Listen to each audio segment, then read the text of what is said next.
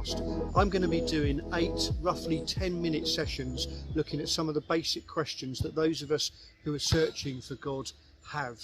They're questions that bubble up from time to time. And our first one is this: how can I look for a God that doesn't exist? I'm the chaplain at Tonbridge Angels Football Club, which is in the car park that we're in at the moment. And a few months ago at training, I was talking with some of the players, and they said, "Oh, I'm an atheist." I went, "Okay, so you believe there's nothing up there?" And they went, "What do you mean?" I said, "Well, an atheist believes there is no God at all, and an agnostic believes that there might be something up there, but they can't explain it." And the guy went, "Oh, I'm an agnostic then."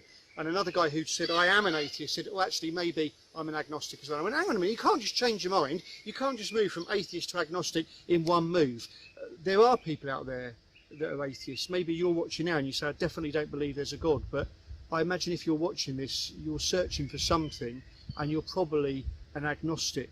A friend of mine, a well-educated young man, said, I can't be an atheist because I can't completely disprove that there's a God, can I? And so he said, I'm an agnostic.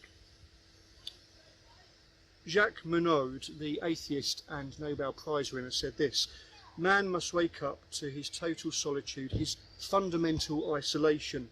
Like a gypsy, he lives on the boundary of an alien world, a world that is deaf to his music and is as indifferent to his hopes and fears as it is to his sufferings and crimes." Some of us would fit with that, but over 70% of people in this country, when asked, said that they think there's something up there. And in this latest COVID-19 pandemic, over 25% of people have been attending church who didn't before. A massive percentage have been praying as well. I believe that God exists, and here's a few reasons why. Firstly, the design of our world. There was a New Zealand physicist called Professor Paul Davies, who's not a Christian, doesn't follow Jesus, and he said, "The well-defined laws of physics and definite cause and effect relationships reveal a level of order and symmetry in the universe that demand some sort of cosmic design." Darwin, at the start of the origin of the species, acknowledged God as the world's source. The design of our world points to something out and up there. Also, our personalities. We're not just robots. We have free will to do what we want. Our personality cannot be explained merely in terms of physical components. There's something about us that leads to thinking we must have come from somewhere, from someone. And also our conscience. C.S. Lewis, that classic Christian writer from 50 or 60 years ago, said, "If no set of moral ideas were better than another, there would be no sense in preferring civilised morality to Nazi morality. The moment you say one lot of morals is better than another, you are in fact measuring them by some ultimate standard." Conscience is placed in us and is a moral compass and a director that surely points to something bigger than ourselves. You show me anyone who is a good person who would say that child forced labour or rape or murder is a good thing. You won't find those people. Conscience leads me to believe that there is a God that exists. And also, what about religion? Christianity, following Jesus. Throughout history, people have tried to destroy Christianity.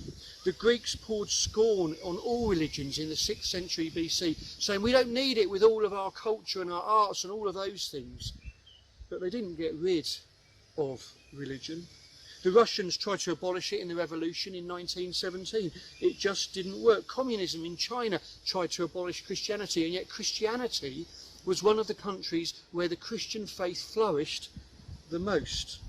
St. Augustine in the 4th century, who had lived a debauched life before he found God, said, "O God, you have made us for yourself, and our hearts are restless until they find their rest in you."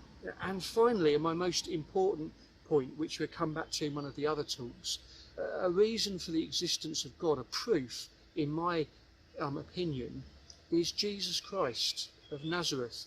who lived about 2,000 years ago in Israel.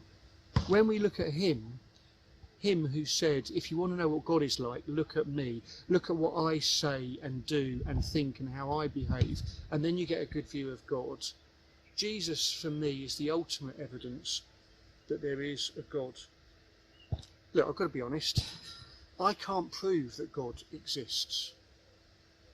But can I encourage you to be honest as well?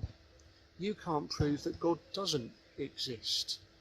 We both take a step of faith. I took a step of faith 35 years ago and said I believe that Jesus exists, and my world was changed around me. You may have taken a step of faith and said I don't believe in God. Or maybe you're one of those folk who's just really not thought about God seriously as an adult. The last time you thought about God was in RE at school. Can I encourage you? No, challenge you. I want to challenge you to set aside the next 70 minutes as these podcasts come out and to engage with them and see whether at the end of it you're a bit closer to believing that there is a God. Maybe you move from an atheist to an agnostic, or maybe you move from an agnostic to a follower of Jesus. Let's journey together. I believe that God exists. I respect that maybe you don't, but my heartfelt prayer is that you'll get to a place where you do believe that God exists. Thank you.